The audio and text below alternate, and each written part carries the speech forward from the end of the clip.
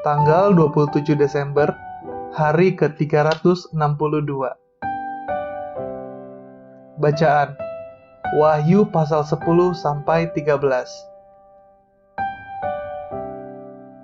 menjelaskan 7 tanda. Garis besar. Sebelum sangkakala ke-7 berbunyi, Yohanes melihat penglihatan seorang malaikat yang perkasa dan sebuah gulungan kecil.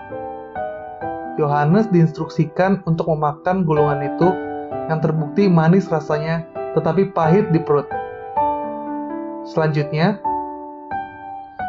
Yohanes melihat 2 saksi yang memiliki pelayanan yang mencengangkan di bumi selama 1260 hari, tetapi kemudian menjadi martir karena kesaksian mereka dan kemudian dihidupkan kembali. Bunyi sangkakala ke-7 diikuti oleh deskripsi 7 orang dalam pasal 12 dan 13. 4 yang pertama, seorang wanita berjubah matahari, seekor naga, seorang anak laki-laki, dan malaikat Mikael. Semuanya terlibat dalam perjuangan yang dimulai di sorga dan berakhir di bumi, di mana naga menunjukkan amarahnya terhadap yang kelima, keturunannya yang lain, perempuan itu. Pasal 12 ayat 17. Yohanes kemudian melihat 2 tokoh terakhir dalam drama, binatang dari laut, pasal 13 ayat 1-10, dan binatang kedua dari dalam bumi, pasal 13 ayat 11-18. Renungan harian. Berikut ini adalah pemikiran yang patut dipertimbangkan. Anda tidak dapat dihancurkan sampai tujuan Tuhan untuk hidup Anda selesai. Tidak ada dimanapun suatu pernyataan diilustrasikan dengan lebih jelas daripada dalam kehidupan 2 saksi yang digambarkan Yohanes dalam pasal 11 ayat 3-12. Meskipun mereka menghadapi misi bunuh diri, mereka dilindungi secara ilahi sampai mereka melengkapi kesaksian mereka. Pasal 11 ayat 7. Hanya dengan begitu, kekuatan kejahatan diizinkan untuk memerangi mereka dan mengalahkan serta membunuh mereka. Tetapi tidak ada kekuatan di bumi yang bisa menahan mereka di dalam kuburan. Pada waktu yang ditentukan, mereka naik ke surga untuk menerima pujian Tuhan. Misi tercapai. Anda berada di bawah payung perlindungan Tuhan yang sama hari ini. Dia memiliki tujuan untuk hidup Anda di bumi ini, dan apapun hambatannya, Dia akan melindungi Anda sampai misi Anda selesai. Biarlah jaminan dari tangan Allah atas hidup Anda memberi Anda keberanian tambahan saat Anda bersaksi untuknya hari ini. Tapi ingat, waktunya singkat. Tidak ada jaminan bahwa Anda, seperti kedua saksi itu, yang memiliki 1260 hari untuk menyelesaikan misi yang diberikan Tuhan. Carilah kehendak Allah untuk Anda.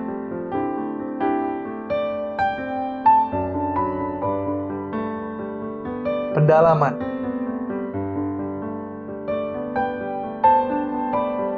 Memakan gulungan, Wahyu pasal 10 ayat 9. Jika perintah untuk memakan gulungan tampaknya pernah Anda tahu, itu karena Yehezkiel diberi instruksi yang sama. Yehezkiel 3. Dalam pengalaman Yohanes dan Yehezkiel, gulungan itu terasa manis dan berisi kata-kata penilaian.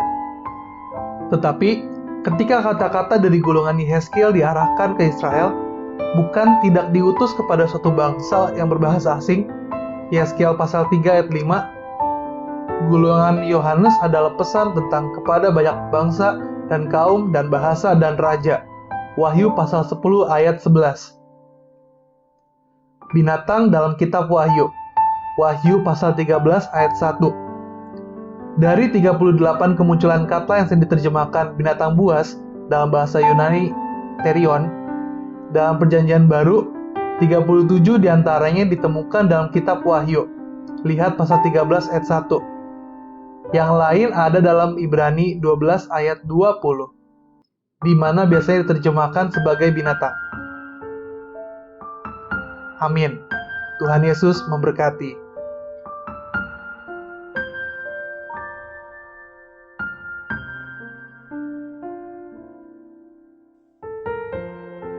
Wahyu pasal 10.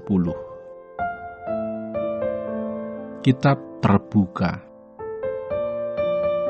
Dan aku melihat seorang malaikat lain yang kuat turun dari sorga, berselubungkan awan dan pelangi ada di atas kepalanya, dan mukanya sama seperti matahari, dan kakinya bagaikan tiang api. Dalam tangannya ia memegang sebuah gulungan kitab kecil yang terbuka. Ia menginjakkan kaki kanannya di atas laut, dan kaki kirinya di atas bumi, dan ia berseru dengan suara nyaring sama seperti singa yang mengaum. Dan sesudah ia berseru, ketujuh guruh itu memperdengarkan suaranya. Dan sesudah ketujuh guruh itu selesai berbicara, aku mau menuliskannya, tetapi aku mendengar suatu suara dari surga berkata, meteraikanlah apa yang dikatakan oleh ketujuh guruh itu, dan janganlah engkau menuliskannya. Dan malaikat yang kulihat berdiri di atas laut dan di atas bumi, mengangkat tangan kanannya ke langit, dan ia bersumpah demi Dia yang hidup sampai selama-lamanya, yang telah menciptakan langit dan segala isinya, dan bumi dan segala isinya, dan laut dan segala isinya, katanya, tidak akan ada penundaan lagi. Tetapi pada waktu bunyi sangkakala dari malaikat yang ketujuh, yaitu apabila ia meniup sangkakalanya, maka akan genaplah keputusan rahasia Allah, seperti yang telah ia beritakan kepada hamba-hambanya, yaitu para nabi. Dan suara yang telah kudengar dari langit itu berkata pula kepadaku, katanya, pergilah, ambillah gulungan kitab yang terbuka di tangan malaikat yang berdiri di atas laut dan di atas bumi itu. Lalu aku pergi kepada malaikat itu dan meminta kepadanya supaya ia memberikan gulungan kitab itu kepadaku. Katanya kepadaku, ambillah dan makanlah dia. Ia akan membuat perutmu terasa pahit, tetapi di dalam mulutmu ia akan terasa manis seperti madu. Lalu aku mengambil kitab itu dari tangan malaikat itu dan memakannya. Di dalam mulutku ia terasa manis seperti madu, tetapi sesudah aku memakannya, perutku menjadi pahit rasanya. Maka ia berkata kepadaku, engkau harus bernubuat lagi kepada banyak bangsa dan kaum dan bahasa dan raja. Wahyu pasal 11. Dua saksi Allah. Kemudian diberikanlah kepadaku sebatang buluh, seperti tongkat pengukur rupanya, dengan kata-kata yang berikut, bangunlah dan ukurlah bait suci Allah dan mezbah dan mereka yang beribadah di dalamnya. Tetapi kecualikan pelataran bait suci yang di sebelah luar, janganlah engkau mengukurnya, karena ia telah diberikan kepada bangsa-bangsa lain, dan mereka akan menginjak-injak kota suci 42 bulan lamanya. Dan aku akan memberi tugas kepada dua saksiku, supaya mereka bernubuat sambil berkabung 1260 hari lamanya. Mereka adalah kedua pohon zaitun dan kedua kaki dian yang berdiri di hadapan Tuhan semesta alam. Dan jikalau ada orang yang hendak menyakiti mereka, keluarlah api dari mulut mereka menghanguskan semua musuh mereka. Dan jikalau ada orang yang hendak menyakiti mereka, maka orang itu harus mati secara itu. Mereka mempunyai kuasa menutup langit, supaya jangan turun hujan selama mereka bernubuat. Dan mereka mempunyai kuasa atas segala air untuk mengubahnya menjadi darah, dan untuk memukul bumi dengan segala jenis malapetaka, setiap kali mereka menghendakinya. Dan apabila mereka telah menyelesaikan kesaksian mereka, maka binatang yang muncul dari jurang maut akan memerangi mereka dan mengalahkan serta membunuh mereka. Dan mayat mereka akan terletak di atas jalan raya kota besar, yang secara rohani disebut Sodom dan Mesir, di mana juga Tuhan mereka disalibkan. Dan orang-orang dari segala bangsa dan suku dan bahasa dan kaum melihat mayat mereka 3,5 hari lamanya, dan orang-orang itu tidak memperbolehkan mayat mereka dikuburkan. Dan mereka yang diam di atas bumi bergembira dan bersukacita atas mereka itu, dan berpesta dan saling mengirim hadiah, karena kedua nabi itu telah merupakan siksaan bagi semua orang yang diam di atas bumi. 3,5 hari kemudian masuklah roh kehidupan dari Allah ke dalam mereka, sehingga mereka bangkit dan semua orang yang melihat mereka menjadi sangat takut. Dan orang-orang itu mendengar suatu suara yang nyaring dari sorga berkata kepada mereka, naiklah kemari. Lalu naiklah mereka ke langit, diselubungi awan, disaksikan oleh musuh-musuh mereka. Pada saat itu, terjadilah gempa bumi yang dahsyat dan 1/10 bagian dari kota itu rubuh, dan 7.000 orang mati oleh gempa bumi itu, dan orang-orang lain sangat ketakutan, lalu memuliakan Allah yang di sorga. Celaka yang kedua sudah lewat. Lihatlah, celaka yang ketiga segera menyusul. Sangkakala yang ketujuh, nyanyian puji-pujian para tua-tua. Lalu malaikat yang ketujuh meniup sangkakalanya, dan terdengarlah suara-suara nyaring di dalam sorga, katanya, pemerintahan atas dunia dipegang oleh Tuhan kita, dan Dia yang diurapinya, dan Ia akan memerintah sebagai Raja sampai selama-lamanya.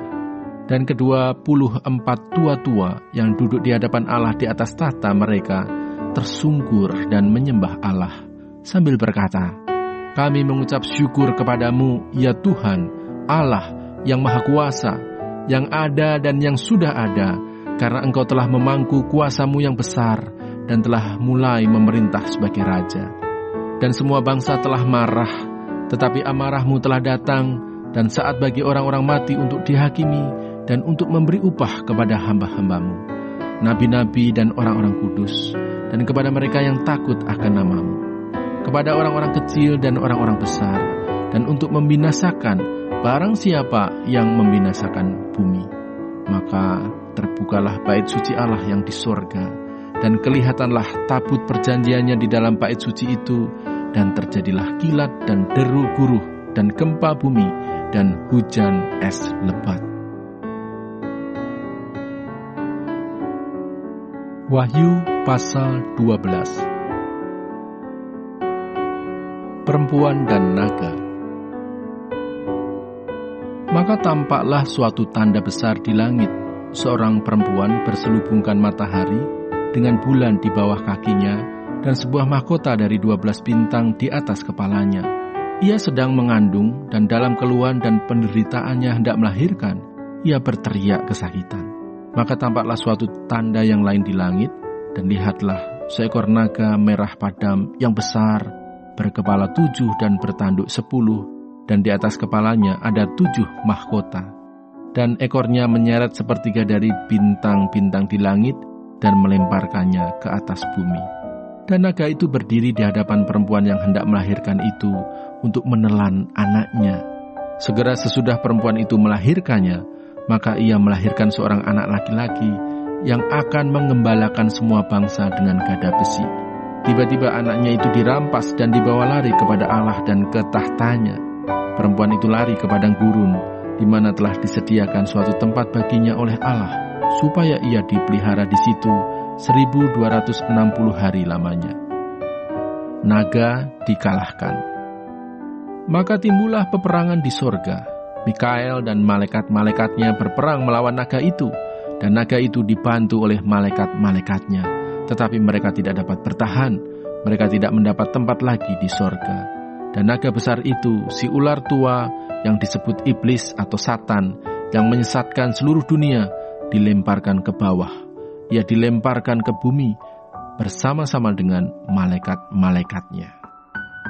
Nyanyian kemenangan. Dan aku mendengar suara yang nyaring di sorga berkata, sekarang telah tiba keselamatan dan kuasa dan pemerintahan Allah kita dan kekuasaan Dia yang diurapinya, karena telah dilemparkan ke bawah pendakwa saudara-saudara kita yang mendakwa mereka siang dan malam di hadapan Allah kita. Dan mereka mengalahkan Dia oleh darah anak domba dan oleh perkataan kesaksian mereka, karena mereka tidak mengasihi nyawa mereka sampai ke dalam maut. Karena itu bersukacitalah, hai sorga dan hai kamu sekalian yang diam di dalamnya.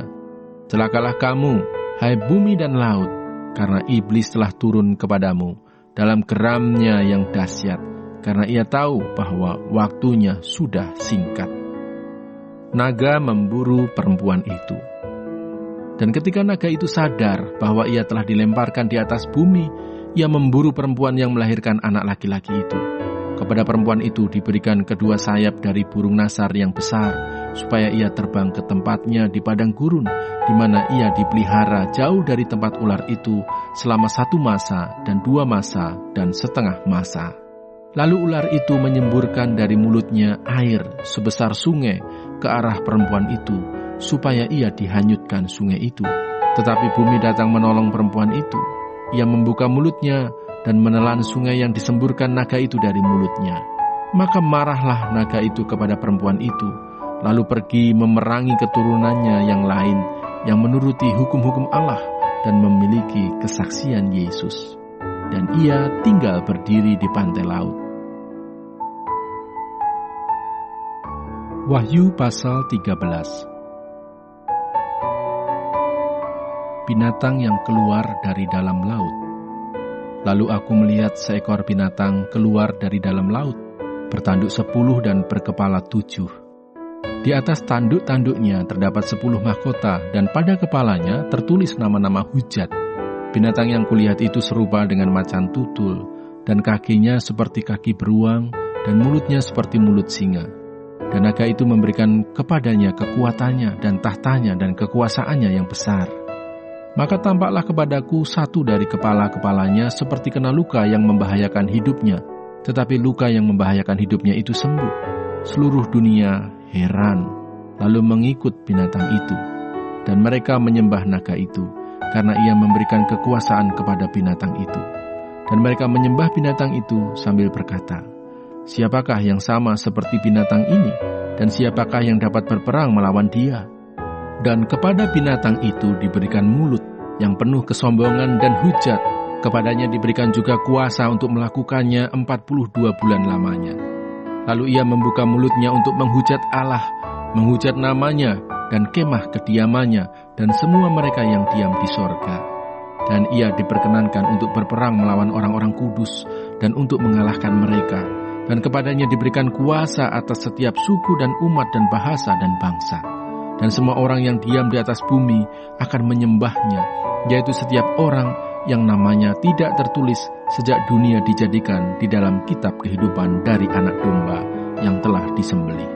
Barang siapa bertelinga, hendaklah ia mendengar. Barang siapa ditentukan untuk ditawan, ia akan ditawan. Barang siapa ditentukan untuk dibunuh dengan pedang, ia harus dibunuh dengan pedang. Yang penting di sini ialah ketabahan dan iman orang-orang kudus. Binatang yang keluar dari dalam bumi. Dan aku melihat seekor binatang lain keluar dari dalam bumi dan bertanduk 2 sama seperti anak domba, dan ia berbicara seperti seekor naga. Dan seluruh kuasa binatang yang pertama itu dijalankannya di depan matanya. Ia menyebabkan seluruh bumi dan semua penghuninya menyembah binatang pertama yang luka parahnya telah sembuh. Dan ia mengadakan tanda-tanda yang dahsyat, bahkan ia menurunkan api dari langit ke bumi di depan mata semua orang. Ia menyesatkan mereka yang diam di bumi dengan tanda-tanda yang telah diberikan kepadanya untuk dilakukannya di depan mata binatang itu. Dan ia menyuruh mereka yang diam di bumi supaya mereka mendirikan patung untuk menghormati binatang yang luka oleh pedang, namun yang tetap hidup itu. Dan kepadanya diberikan kuasa untuk memberikan nyawa kepada patung binatang itu, sehingga patung binatang itu berbicara juga dan bertindak begitu rupa, sehingga semua orang yang tidak menyembah patung binatang itu dibunuh. Dan ia menyebabkan sehingga kepada semua orang, kecil atau besar, kaya atau miskin, merdeka atau hamba, diberi tanda pada tangan kanannya atau pada dahinya, dan tidak seorang pun yang dapat membeli atau menjual selain daripada mereka yang memakai tanda itu, yaitu nama binatang itu atau bilangan namanya. Yang penting di sini ialah hikmat. Barang siapa yang bijaksana, baiklah ia menghitung bilangan binatang itu, karena bilangan itu adalah bilangan seorang manusia, dan bilangannya ialah 666.